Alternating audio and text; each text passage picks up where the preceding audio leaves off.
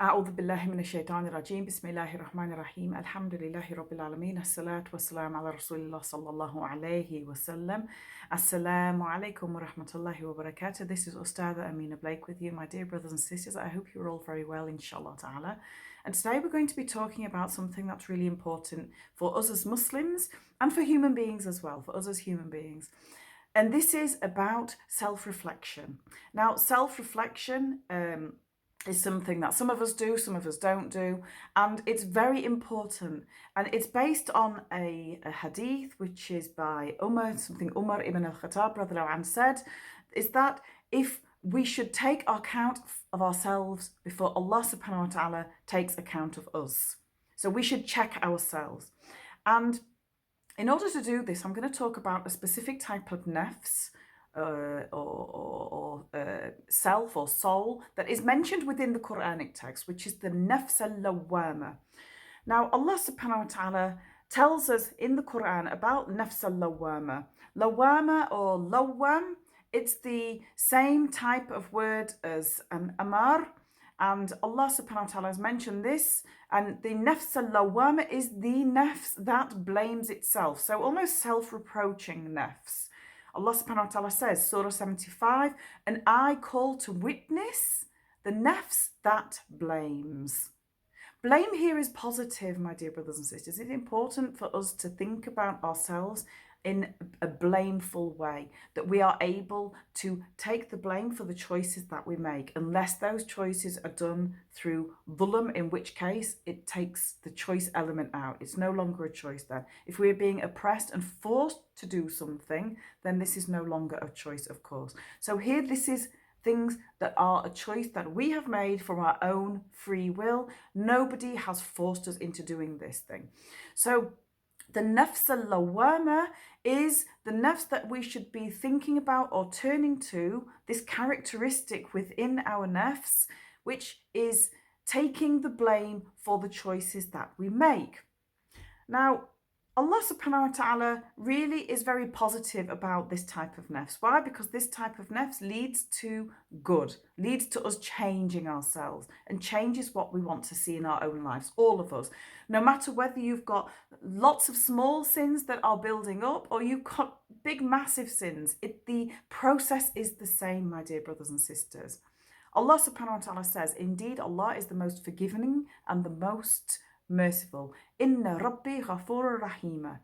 And when we are pulling on this nafs is reflective. We're thinking. And Allah subhanahu wa ta'ala in many parts of the Quran encourages us to reflect on different things, reflecting on ourselves, reflecting on Allah subhanahu wa ta'ala, and reflecting on the Quran itself, looking at the ayat and thinking about them.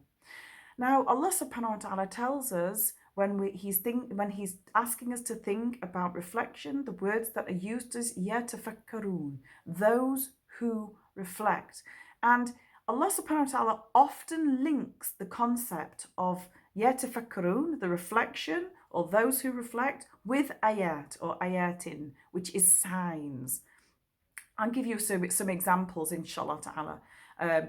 Surah Al-Ra'd, we see that Allah subhanahu wa ta'ala encourages us to reflect on the earth and the mountains and the rivers and the fruits and the way that creation has two mates, and the night and the day and the way they cover one another, the night and the day, subhanallah. And then he says, indeed, in that are signs for people who are yatafakkarun, the ones who think about this.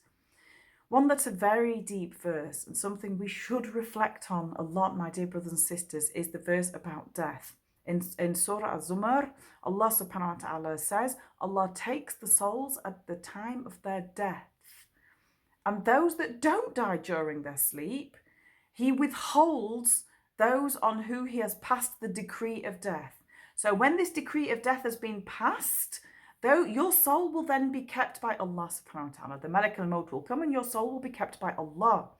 The ones who have not had that decree of death on them, Allah subhanahu wa ta'ala will do what? He says He sends the others back until an appointed term.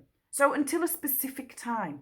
Now, my dear brothers and sisters, when we reflect on death, and here again we have the same words, most surely there are signs, ayatin, for people who reflect, yatafakkarun.